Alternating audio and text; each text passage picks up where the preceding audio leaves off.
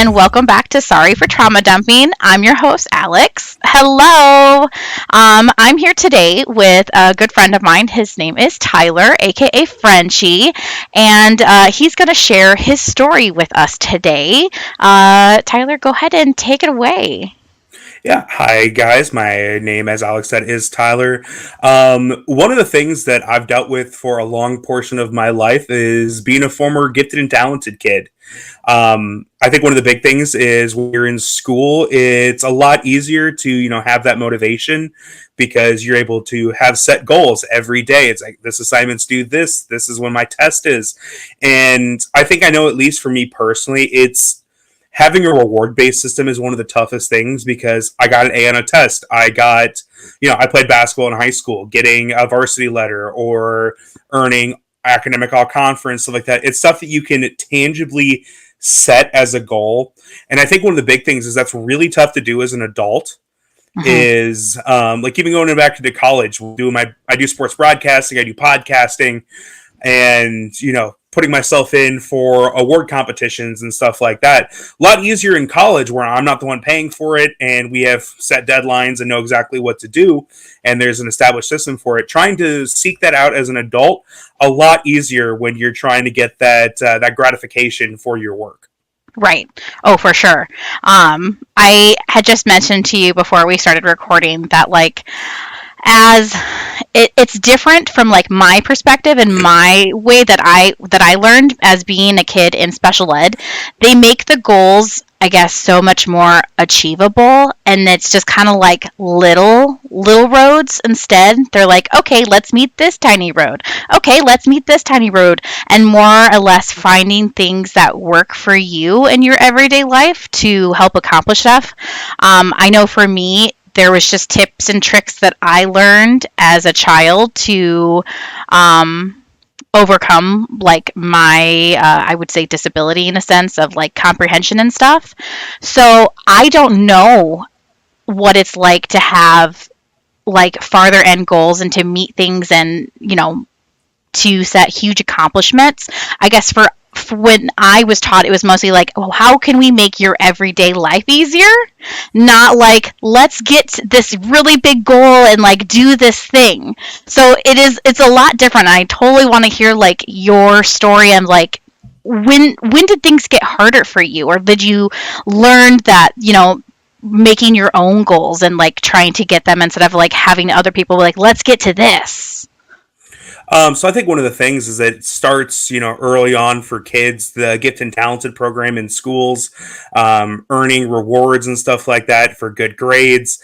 I think one of the things my parents used to give me money for every A I got. Same with my grandparents. So, that starts late elementary school where you're getting, actual letter grades instead of just great job for doing your work. That Right. creates that benefit and reward system very early on for kids. And I think kind of creates a separation. It's not something that necessarily I think needs to change. It's not they're doing this and that's affecting kids. It's just in your own mind as a kid, it starts to create that, good things happen when I do well in school. Good things happen when I behave. And for some people, that really drives it home. For myself, I strived to get good grades my entire life. It was instilled in me from a very young age that it was pretty much college or bust for Okay. me. And I'm really glad that has changed a lot with the growth of trade schools and apprenticeships and stuff like that. But I mean, our generation was very harped on that you need to go to college if you want to be successful in life. I have a 4-year degree. I have a bachelor's degree in journalism communication, and I work in credit card fraud. If that shows how much my journalism degree is used on a daily basis. But at the same time, I learned a lot in terms of communication skills. And, I do this podcasting and broadcasting on the side that allows me to kind of still use my degree in a way while also still being in a communication-esque type role with customer service and communication with clients and stuff like that. But when I realized that I needed to go to college to be able to accomplish my goals, to be able to live the dream that I wanted to from a young age, that it really kind of set in stone, okay, I need to be getting good grades. And once I got into Gifted and Talented in high school, I think was where I really started to learn not how to be intelligent, but how to be a good student. Because I Okay. think there's a big difference. Because my wife and I have talked about this a lot. You know, Kat. Yep. Um, it's not always about what you know; it's about what you can remember. Right. And if I've learned anything, education does not mean intelligence. I know plenty of people that have master's degrees that some of the dumbest people I've ever met, but they're good test takers. They're good at getting their work done. And I think every single person has different types of intelligence. One of the people I know that has a master's degree, you were to talk to her, doesn't necessarily have the most common sense, but is extremely intelligent in the way they were an athlete and the way they could be able to read a basketball court, make plays, remember certain things about opponents and stuff like that. I think every single person excels in their own way in terms of their education and the way they develop their intelligence as an adult. There are other people that are just complete morons in every facet, but that's an entirely different situation. For me, being in that gifted and talented, it really kind of created that want to continue to earn rewards, earn achievements. You know, I walked out of college or walked out of high school. I was a 2 year letter winner in basketball. I was 2-time academic all conference. I was student body president. I was in the school play. I was in gifted and talented. I was in drama club. I was in large group speech. That is a I did. lot. That's not even all of it, too. That's the Right. crazy part. And college got worse. For college, I was these 4 years in our TV network, 4 years on our radio station. I was part of staff for radio for 4 years as well, including sports director for 3 years. I earned first place with sports broadcasting for TV and for radio in That's the entire amazing. state multiple times.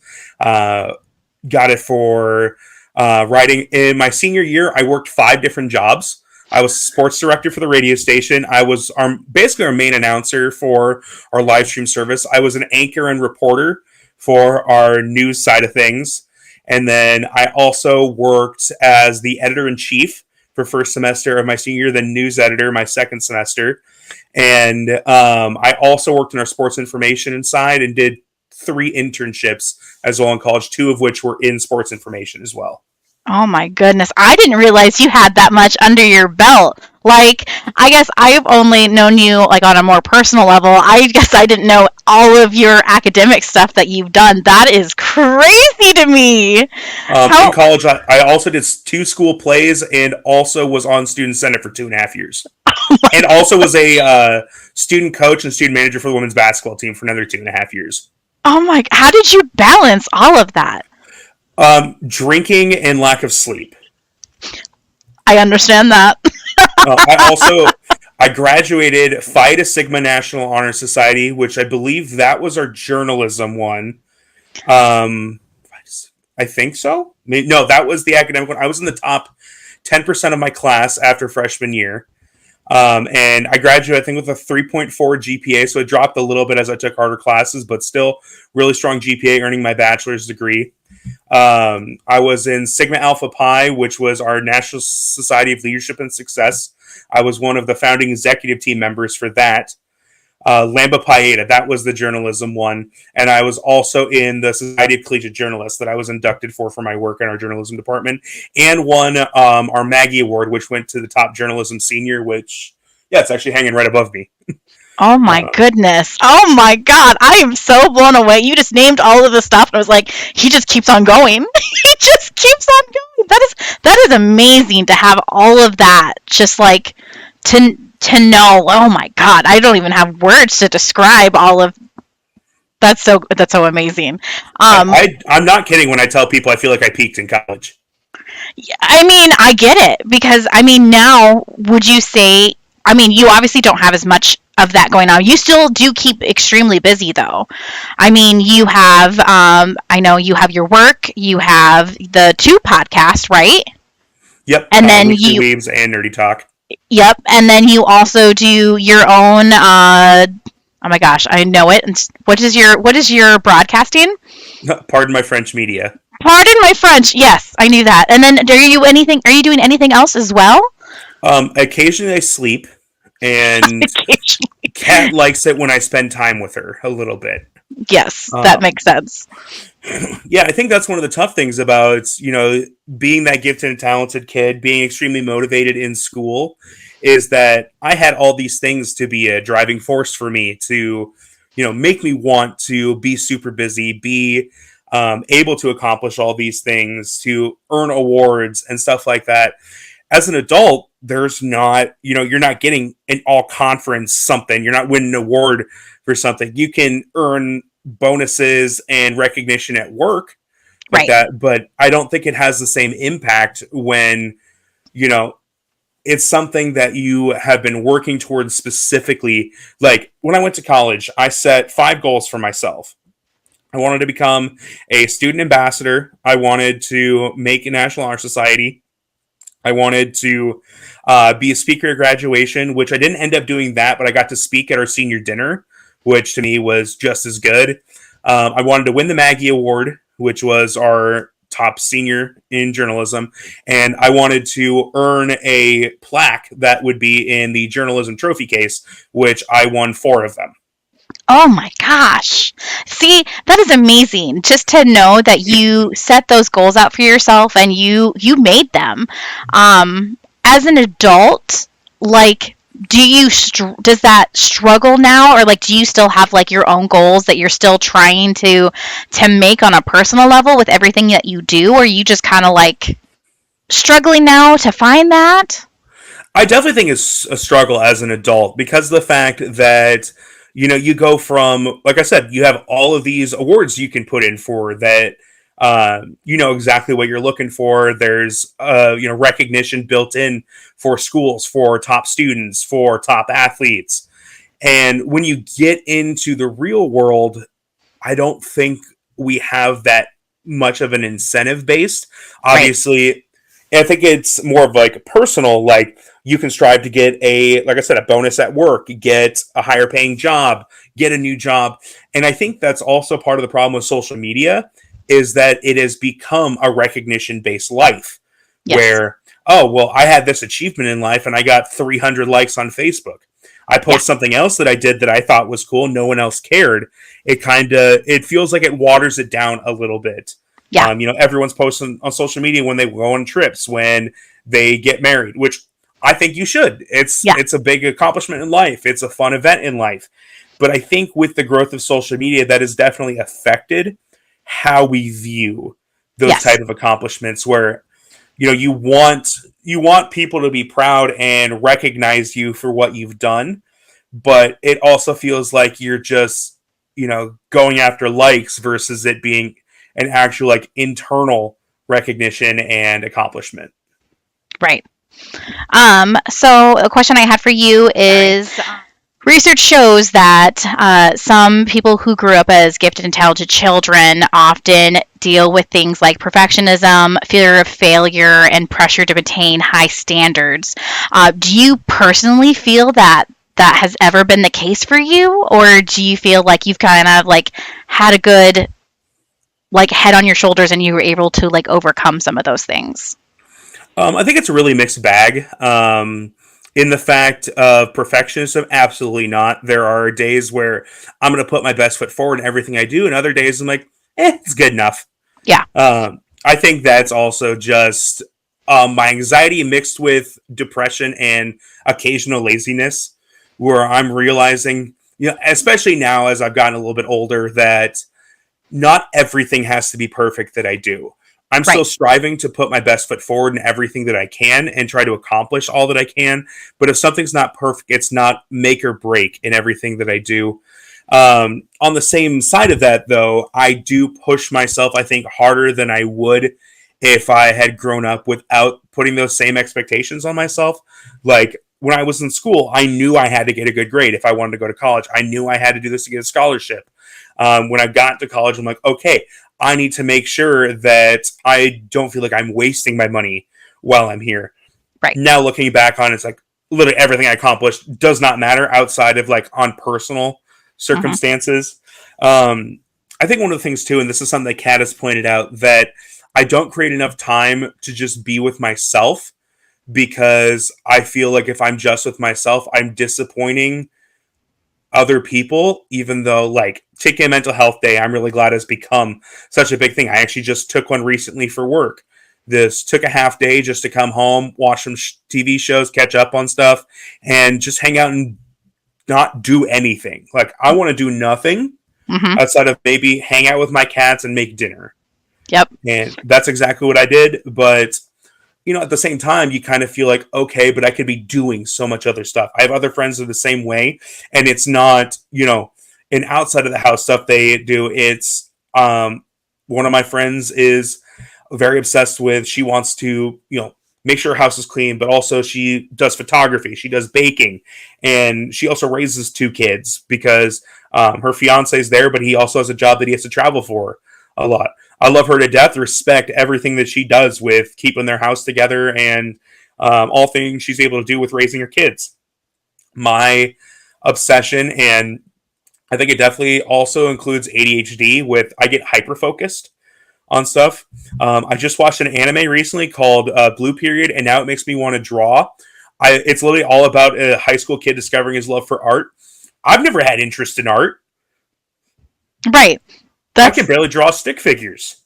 I feel that. I feel that. I have a really big toxic trait myself that I see things and I get inspired by something. I was like, I could do that. But see, on the opposite coin of you, I will try something, immediately fail, and I'll be like, not even going to bother with it. And I feel that also is a sense of like the difference of like how gifted and talented children and children in like just special ed, they're like, just do what you can. If you are not making those goals, it's okay to stop. There was like no drive to push yourself even harder. It was enough to get like a baseline you can survive thing. So like you telling me, they're like, oh, you can do this, reach for the stars. I'm like, that's amazing. I am so happy you had that support and like you were able to do things like that. And it's amazing to me that, had all of that and you were able to accomplish so much. And Yeah. then I was going to ask too about burnout. I know that Oh you yeah, would, that's a tough one. That's a really fun one. yeah, And I love the support that you get to push you to do that. At the same time, it does create external expectations right, that I have then continued to put on myself. That I will never blame my parents for this because it's completely inadvertent. They were trying to support me. They were trying just to be there, try to push me to be better. But because of being pushed into being a good student, doing sports, being involved in school, I now feel that if I'm not still doing big things with my life or accomplishing things, getting a nice broadcasting job or calling big games and stuff like that, I feel like I'm disappointing people outside of just myself. And right. to me, I think that causes a little bit of extra trauma and stress that I put on myself. Um, the hyper focus, I think, can be actually very both taxing and relieving.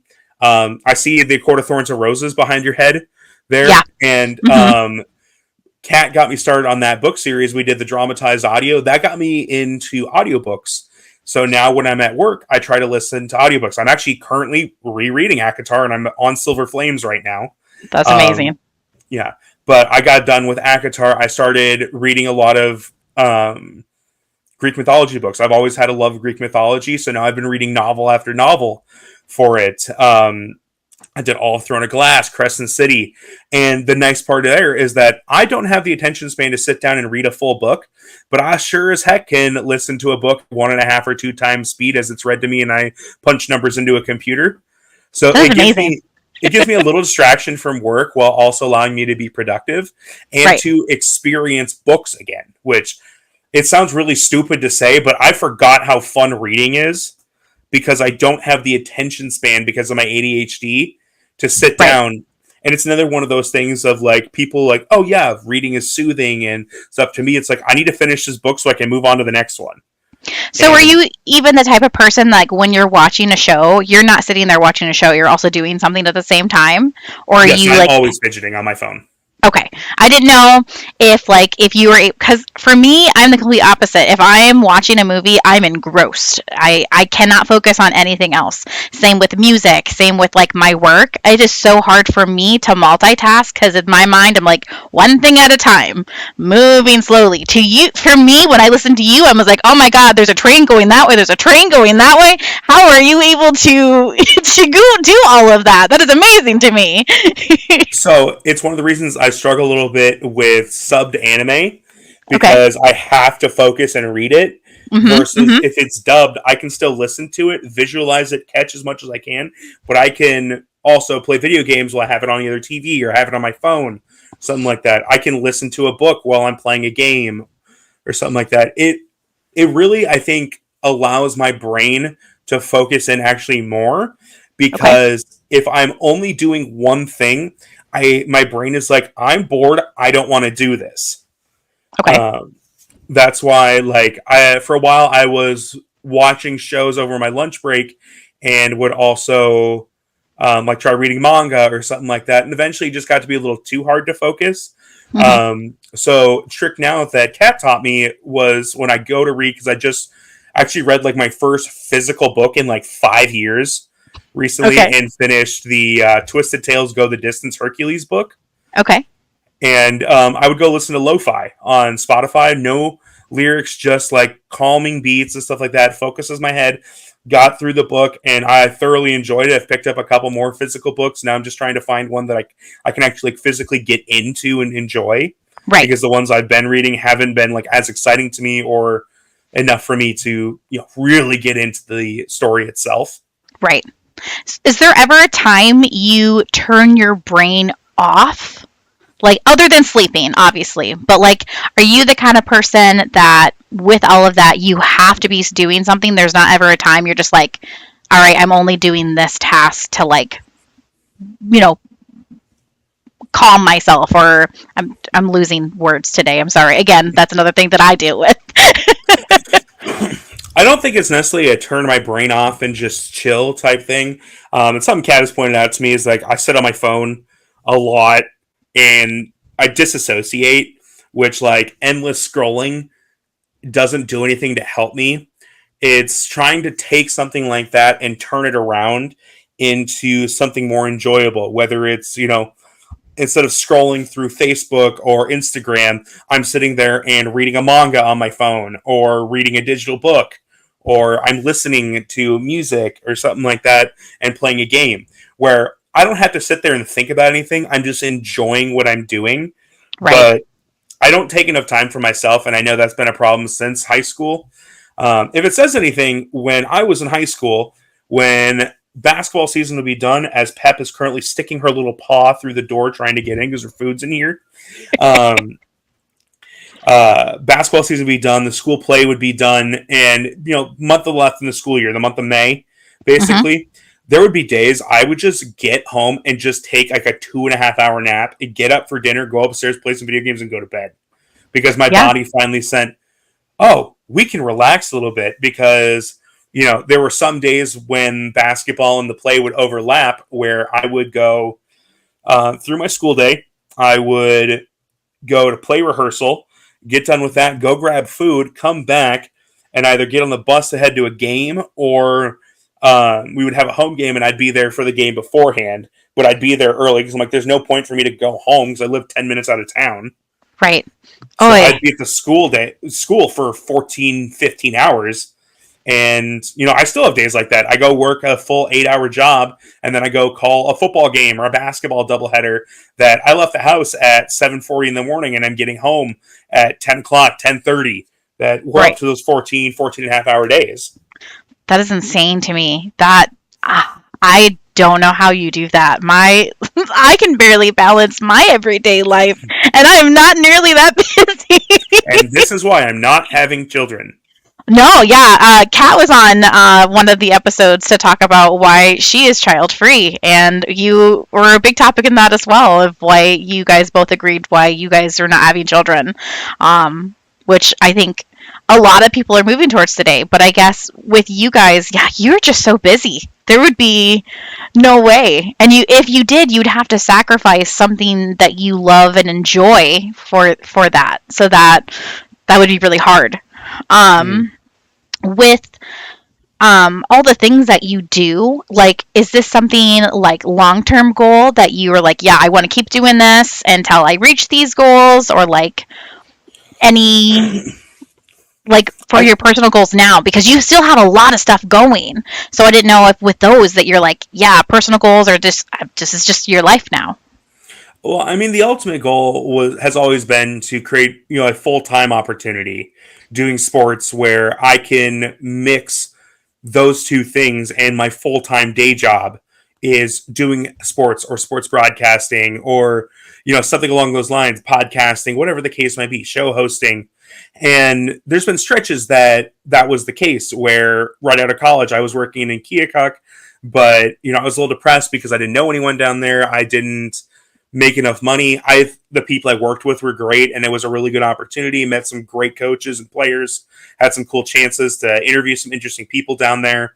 But at the same time, I moved back to Des Moines, worked at 1700 The Champ and Cumulus Radio in Des Moines, did some on-air work for KJJY, and also show hosting and sports play-by-play for football season.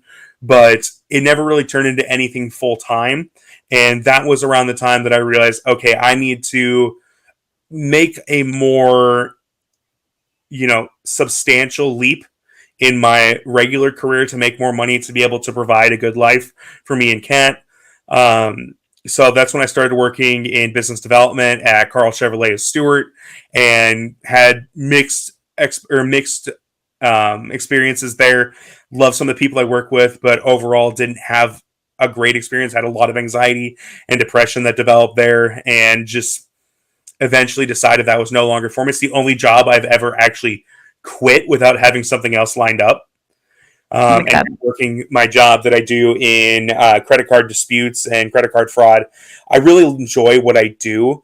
I wish I could find a way to incorporate my journalism background. I don't have a big enough background in like business analytics or graphic design to really do marketing and Hmm. stuff. But if I could find a way working in an athletic department for a school and also being able to do play by play or something along those lines, that would be the ultimate goal. Would to be able to mix those two, and still be able to call games in the evening, but like have it be maybe something that's part of my 40 hours Right. or something like that, and be able to still do stuff on the side with our podcasting, raising money for Nerdvember like we do every year, stuff like Hmm. that. But the ultimate goal is to find a way to make that a that's the big money maker for me. And I know that it's not super realistic. That's why I've made the changes. And I don't necessarily call it a sacrifice because I'm making way more money than I ever did when I was actually in journalism. Like the most I ever made was like 25K in a year, and Hmm. I make close to double that right now. But Nice. it is nice being able to um, get paid on the side, because the past couple years, I'm actually back at my high school that I graduated from, getting to do games there. So I see former teachers. I have people reaching out to me that remember me from school or think it's awesome just having me back there. So that's been a cool opportunity. But like the couple years before that, when we worked at Waukee Northwest and Waukee, bigger schools, we never really made any money off it outside of some slight advertising. But we got to see some really cool things. We had one season where one team had four guys that are now playing Division One men's basketball on the same team, and so that was just a really fun experience getting to announce for that team. I've interviewed, you know, big name college athletes, Hall of Famers. Everyone knows Caitlin Clark now. Yep. I got to announce a game of hers during her senior year at Dowling, That's and then amazing. I worked at 1350 ESPN for a while in Des Moines and did an interview with her. I interviewed the former Drake men's basketball coach. I've interviewed coaches from Iowa, Iowa State. I've had opportunities to meet special broadcasters. I've gotten to hold a Heisman Trophy, That which is was really cool. amazing. Yeah. I'm a huge Kansas City Chiefs fan and got to interview their play-by-play announcer multiple times. It's just been the opportunities that come with doing a job like this and being able to pursue chances like this provide really cool opportunities to meet people. Obviously, the interviews I get to set up through our podcast and stuff like that, I get to meet and interview some of my favorite voice actors and Hmm. local celebrities and stuff like that. It's a really cool chance, but it does take a lot out of you trying to, that's like the closest thing to like a tangible goal I Right. can necessarily set for myself at this point. Now, we live in Iowa. Do you feel if you were somewhere else and had do you think you would have other opportunities? Or do 100%. so you definitely feel that living in Iowa has definitely held you back? I don't necessarily hold Like, me or back. yeah, Yeah. not been able to achieve bigger goals, I guess. I think one of the big things is that Iowa lacks in professional sports and big collegiate sports. We have 4 Division I schools here in the Iowa: Drake, UNI, Iowa, Iowa State. That's it. Even if you go down, and we have 1 Division II school. I went to a D3 college at Wartburg, same size as like Simpson. I mean, obviously, you're up Northeast Iowa. You know what I'm Yep. talking about when it comes to that. But Simpson, Central, Univista, stuff like that. The same conference. They're still really high level athletics, but a lot of their broadcasting and stuff they do through students, which I think is a really great thing, or very small local radio stations Hmm. versus a school like Iowa State. They're going to be on the Big Ten network. They're going to be on ESPN, stuff like that. But because all of them are so spread out, it's tough to land a job like that because you look at it in the state of Iowa, if you want to be a basketball announcer, you essentially have maybe a total of 16 total openings because let's say you have TV and radio for men's and women's basketball at all 4 schools. So that's 8 men's openings, 8 women's openings. Everyone in the entire state's going after those roles because those are the highest paying ones, or the highest profile ones, and those are the ones that are going to turn into potential stepping stones for bigger roles in other states. Right. You obviously live in California. There's a Division I school every 25 feet. There's going to be more funding in a lot of some of these bigger states where they're going to have more radio networks, they're going to have more TV networks like that. Des Moines, you've got small local radio stations and newspapers in every corner of the state. But you get into Des Moines, you've got WHO, you've got KCCI, you've got ABC5, I think it's KOI. That those are like those are your 3 big networks. You get up in your area, you get like KCRG, Yep. KWWL, stuff like that, where a lot of bigger states, there's bigger stations are going to Hmm. be a lot more prevalent in more major cities. Have you ever thought of leaving the state to try to, further grow what you do? Or to look at other aspects of things to do instead of just, I know for me personally, I don't know if I could ever leave Iowa. I've always talked about it, but Iowa's home. So I understand not wanting to leave comfort, but I didn't know if you would ever be driven enough to be like, no, I want to, further my career and try to get something bigger. I've considered it. Obviously, like, with my line of work, you always consider it because you know that those opportunities are going to be out there. I have friends from college. One of them now works at the University of Minnesota doing women's basketball and volleyball. I think it's a great thing for him. When he's not doing that, he also does minor league baseball. So, like, he was able to pursue those opportunities. He's from Storm Lake and now lives in the Twin Cities and North Dakota area. Hmm. So, like, those opportunities always are there if you're willing to make that change. I think it's gotten tougher as I've gotten older. Kat has always said, "Yep, I'm ready. We can go whenever." But I also know that our best friends are here. All our parents are here. My grandparents are here, and I don't know how much longer I'm going to have with them. Our siblings are here. Right. It's And now that we've gotten a little bit older, we're more established in our jobs. We're more established in where we live, the things we know, the people we know. Right. That I think it becomes a much harder decision, especially if you're still in the area you grew up in Yes. versus like you went to college here and you're from, like, I don't know, Idaho or something like that. That it's like, okay, it's a little bit easier to leave to go somewhere else. There's a lot of transplants to the state that come here for college and end up staying because they like the opportunities that it presents. But I grew up in Norwalk. I am the announcer at the school now. I live 15 minutes from my hometown. I live 15 minutes from where my dad lives. Kat grew up in Boone, and we Right. live an hour from there. Her mom lives in Ames, and I don't know. It's such a tough thing of trying to figure out the risk versus the reward because as adults, we know it's tough to make friends. Yes. It's so hard to And make friends. I think one of the big things too is that Iowa obviously has its limitations of what it can present for me career wise on the broadcasting side of thing, but it's also cheap as hell to live here compared to a lot of other states that I could be doing this on the side and that's enough to pay for a good portion of our bills every Right. month Right. to have that just a little bit extra income. I think the ultimate goal would be able to do it at the collegiate level. I think is a really cool thing. I'm lucky because I do get to do Drake University club hockey, Yeah. which not an official NCAA sport, but I do get to do college level athletics. I get to see some really cool teams that come through. This year we're going to be playing, I think, against Nebraska, the University of Kansas. So there's going to be some bigger schools that are going to be coming through, or we're going to be on the road against. It's just Um, finding that balance, really. right.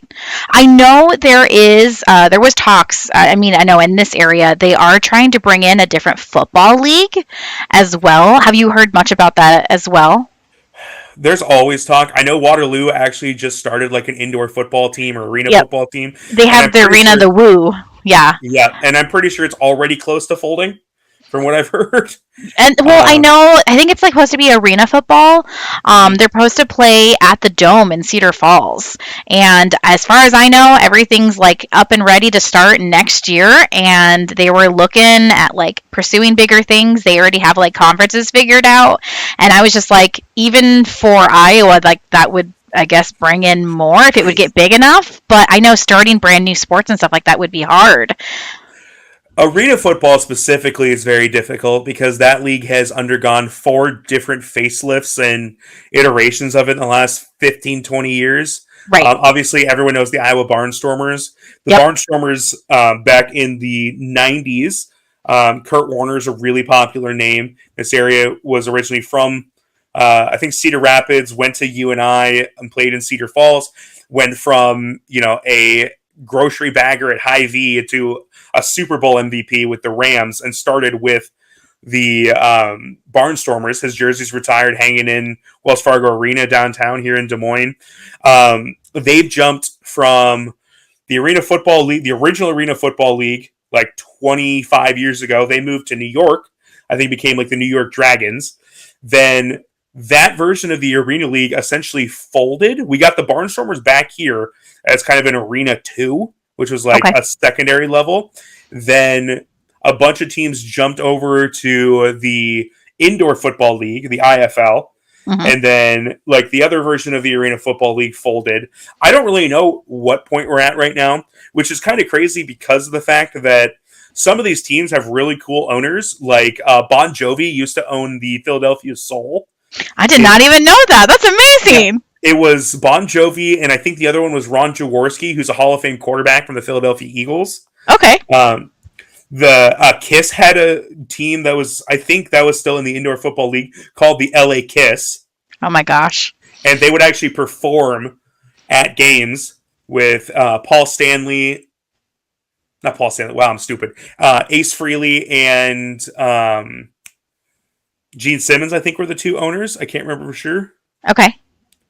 I don't remember for sure. I know Gene Simmons was one of them. I can't remember which one of the original 4 was also one of the owners. But versions like that, it's a really cool way to get involved. And the Barnstormers are loved here in Iowa. We also have the Iowa Cubs. We have the Iowa Energy, or the Iowa Wolves. Now used to be the Iowa Energy. Cedar Rapids. You've got the Colonels. You've got the Burlington Bees. There's a lot of minor league teams here. The problem with Iowa is we're not big enough to have a major professional sports team. There's been rumors of WNBA expansion, and everyone's like, bring it to Iowa. We love women's basketball. It's like, no, we love Caitlin Clark. The Right. state could not, the state wouldn't show up to be able to support a huge team like that. They barely go to Iowa Energy or Iowa Wolves games. Right. Yeah, I feel like people are like, yes, they want stuff, but then they don't go to it. Because I even know, like, on the local level here, people talk about wanting things. And I was like, we have these things, and they don't even know. I don't know if they're just, like, ill informed, or people just don't care, or people are just too broke to go to them. I mean, People That could be just too. love college sports too much in this state, That which too. like That too. that's not a bad thing, but like Iowa and Iowa State are going to be the biggest draws during football season, during Yep. basketball season, and Iowa has a baseball team. Iowa State does not, but college baseball is not really big country wise anyway. Yep. And I think the big thing too is that in Iowa we struggle with the fact that okay, you want to be a football fan? Cool. We got the Packers, we got the Bears, we got the Chiefs. You want to be a You basketball got the fan? We got the Vikings. Bulls. Yep. You want to be? We got the Timberwolves. We've got the Bucks. We've got the Bulls. You want baseball? We've got the Cubs, the White Sox. You get into baseball, you've got two teams in Chicago, Right. and then you also have the Twins. You've got the Brewers. You've got the Royals. Yep. I don't think Iowa is big enough to sustain a huge sports market like that. Right. I think there's opportunities for growth in some of those minor leagues, which I would love the opportunity. The ultimate goal for me is always is collegiate basketball, whether it's NAIA, NCAA, Division 1, 2, or 3. But it's also trying to not put the pressure on myself that if I don't get to that level, not considering my career a failure. And I Right. think that is the tough thing is, moving back to what we were actually You're talking about. um, the expectations I put on myself, I think, are one of the toughest things of finding something that I can consider success in my career. Because, like, moving back to Norwalk and getting paid to broadcast games is a huge step for me. Right. But I also look at it as, and I also know that there's a lot of, major announcers. They didn't get their break until their late 30s or 40s. But I'm also looking at myself. It's like, okay, well, I'm 6 years out of college. I've moved further away from broadcasting. And how do I try and get some of that ground that I've given up back? Right. Yeah. Man, no. I'm still dumbfounded with like how many things you have under your belt that you have accomplished. I mean, I can say this, getting to know you more during this podcast has been amazing for me because like we know each other on a personal level, but I did not know all of that, and that's just amazing. But no one would, I don't think anyone would ever look at you and be like, wow, Tyler's a failure, because you have done amazing shit, man. And you're doing amazing stuff still too. I mean, I think everything you're doing right now and accomplishing is simply amazing as well. Sorry. I appreciate that. I think it's mostly just a lot of the pressure I put on myself to try and accomplish things, or as soon as there's someone else looking at me and being a failure, it's still trying to chase that adrenaline. Because in college, I got the opportunity. I worked in the NCAA tournament and got to go to 2 Final Fours with basketball, which is a huge dream come true. But that was 6 years ago. And like I've done a couple state championships since then, but it doesn't have the same feeling when, I can look over to my right here and I can see all of my NCAA tournament media credentials. I've got some from the state tournaments from softball and basketball and football that I've worked. But at the same time, it doesn't hit the same way, Yes. That opportunity to work in college athletics, I think, is such a unique opportunity, partially because of the fact that it's such a higher level. Even at the Division III level, that's like some of the best athletes that came out of the state of Iowa. It's not a level where they may be going pro, but they're still going to compete with players across the country. And just seeing that next level, because bad high school sports are bad. Bad college sports can still be bad, but usually you're going to have at least one team that's extremely gifted. Right. Oh, for sure. Alrighty. Well, is there anything else you would like to share or wanted to talk about before we wrap this episode up? I think it's mostly just telling people that don't put the weight on your shoulders that you think you need to. Mm-hmm. I think that's one of the big things is, when we started like the Weekly Weebs podcast, I was trying to do everything. Now Cole has helped out. He handles all the recording stuff. He sends it to me. I post it. Other people have helped work on getting guests. We delegate opportunities and responsibilities for our panels for Nerdvember. And I think just delegating has been a huge thing for me to kind of, let go of some of that control and being able to rely on others. At times I feel like I can't. And then other times people show me I can't. Yep. But I I deal with that at a personal level myself. I have really bad control issues when it comes to my art and how I express myself. I know definitely with the podcast too. On this end, I have control issues, and I don't want to give anything up because like this is my baby. This is the one thing I can control and do things. Mm-hmm. So I understand that completely. Yeah, and I think it's also, oh, I want to do all the things. Okay, how about you do some of the things, or maybe one of the things. Yeah. Sometimes none of the things. With Cole and I doing nerdy talk on the side as well, we try to record a couple episodes, get a couple weeks in advance. I think that has helped a lot. Versus like, okay, we need to record an episode every week, Yes. which we're already doing 2 episodes a week on the pod or on the weekly Weebs podcast. I'm doing right now. I'm in my slow time because baseball, softball's done, football and volleyball haven't started. So it's been nice to have a little bit of a break, get caught up on some shows, and just hang out at home a little bit more. But I with doing all the audiobooks I started doing some wants to do book reviews and stuff, and now I'm just like, I'm not a literature genius or anything like that. I'm just like, this book good. Yeah. Read it. Yep. I feel the same way. So, and I feel like if I'm doing a book review that's not like Greek mythology themed or one that I've read a dozen times, like I go to the Percy Jackson series, I could tell you the good things and the bad things of how some of the writing is cringy, but how it's still nostalgic as hell. Right. But Yeah. like, if I do a non-Greek one that I've read one time and I'm like, I don't understand the character themes on this. I don't understand the epic foreshadowing that's going to happen 3 books from now. I could tell you about smut, like that shit's hot, but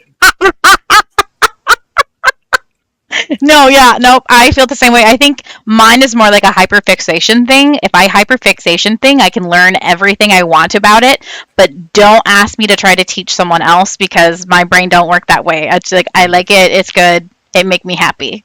I'm very big into escapism. So like if I could escape into a book and like not be in reality, that is my thing. But don't ask me to be like, "Hey, so tell me about this book." And I'm like, she runs away, she meets a guy, like they fall in love, like you know what I mean? Like I think it's also like trying to do it as a podcast or as like something you're going to share with other people. It's yes. different versus like I can go have a conversation with my wife and her friends who have read all of Akatar or Throne of Glass, stuff like that, and talk about, oh, this is what I liked about this character. Here's what I Yeah. didn't like about how their character turned. Like Game of Thrones, I can talk about the entire TV series because I've watched it twice. Right. But and now like I'm going back through Akatar and I'm like, oh, these are things I didn't notice before. But like to fill an entire podcast episode, I'm like, words. Read it. Yep. Nesta had to hold on to the headboard. But I mean, overall, it's just I think that I tried to bite off more than I can chew a little bit Yes. with it. It's like, oh, I've read all these books. Cool. I still don't know shit about books. No. I know I like listening to them. I could tell you like what different parts of like this Greek story that I really liked because of how it compares to the original myth and how it compares to other books that I've read compared to it. But one of the things I want to do with it is doing author interviews because I think that allows them to Yeah. talk about it. And then it's not just, here's what I think that doesn't mean anything. Yeah. No. Especially if it's the person who like wrote it and they're like, oh, they can deep dive into it and they can explain it and you're like, uh-huh, I understand what you're telling me, but I can't put into words what you were saying. Yeah. One of the ones I'm hoping to do soon is Thorsten Brandl, who wrote, it's called The Palladium, which I thought was going to be fully Greek themed because that was the name of the thing they had to steal from Troy in the Trojan War Okay. to get rid of like the protection of the city so they could storm the gate. Turned out that was the name of a hotel in the book, and it ended up being like an epic crossover of different like mythological heroes and figures fighting against like demons to try and save the human race, and it was dope as hell. Oh my god. Some of the people included like Joan of Arc, Cleopatra, Billy the Kid, Medusa, Oh, so like that. And like this is a really cool crossover. But I reached out to him on Instagram. I'm excited to probably reread it before then, but to talk with him about the themes of the book. And I'm expecting there's going to be more with how it ends. And I Right. think it also ties into another book wrote, which I haven't found the audiobook for. But yeah, highly recommend the Palladium. Yeah, I'm gonna have to pick your brain after this and be like, "Hey, will you just send me some book recommendations or things? Because I want to deep dive. I need to escape." Mm. But alrighty, well, I am so happy you were able to come on. I love that you like reached out to me and was like, "Hey, I want to talk about this topic." Like I was like, "Yes, let's do it." If I could be on um, other people's podcasts where I don't have to organize anything, I will yeah, gladly join whenever if I can fit it into the hell that is my schedule. right. Well, no, and I actually have another idea I want to talk to you about possibly being on later. So I'm going to bring up that with you after we wrap up here. But where can people find you? Where do you want them to find you at? So there's like 12 different places to find me. If you're interested in checking out sports broadcasting, always feel free to reach out to me as well if you ever have questions about the world of sports broadcasting, how to get into it, what to look for, stuff like that. You can find our Facebook page for Pardon My French Media, just Pardon My French Media on Facebook. Our logo is a Eiffel Tower with it giving out radio signals, which credit to my mom on that. Really cool idea for that. You can find the Weekly Weebs podcast on Facebook. It's just this symbol as our logo. You can also find us on Spotify and Anchor, which is now Spotify for podcasters. But we share all the links to our episodes and stuff like that. You can find Nerdy Talk Podcast also on Facebook and find us on Spotify as well. And then if you ever want to reach out to me, you can reach me at pardonmyfrenchmedia@gmail.com, the Weekly Weebs at gmail.com, or nerdypodcasters at gmail.com. If you have ideas for episodes or things you want to see, have interest in being on an episode, you can reach out to us via email or Facebook. Always down to hear other people's ideas because that's less ideas I got to come up with. No, that's amazing. If you are interested in this podcast, sorry for trauma dumping, and want to share your trauma with me, you can reach out to me at sorryfortraumadumpingpodcast at gmail.com. It's really long, but you won't forget it. You can also follow us on Facebook and TikTok and Instagram and all that jazz. And I think that will wrap up this episode. So we'll see you next time. Bye.